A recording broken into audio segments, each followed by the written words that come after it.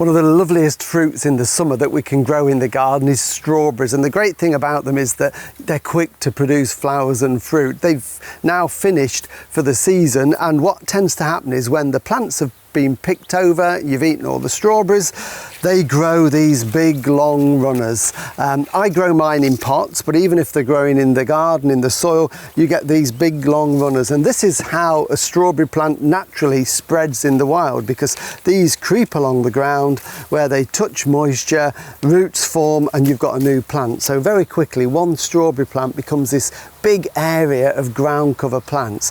And this is also how we propagate them if we want to produce some new plants for our garden.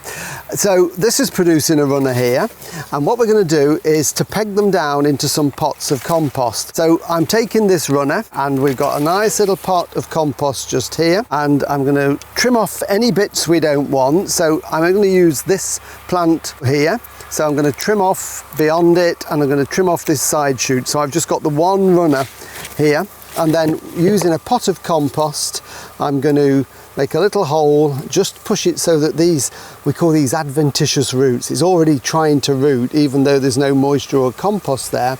Just push that so it's in contact, and then to hold it in position, because that will spring out. And ideally, of course, you need to be doing this where you're not going to move them for a few weeks. I've just got some wire there and bent it into a hoop, and I'm just going to push that down so that holds that firmly in position in the compost. And from this plant here, I could get at least half a dozen new plants. So I'd peg them down, keep those watered, they will root. So they're still connected at the moment with this stalk to the main parent plant, but as soon as those roots have developed on the end of our new strawberry plant here, I'll get the secateurs cut through that, and then we've got our own plant in a pot that we can grow on, plant out, and next year we'll get delicious fruit from that.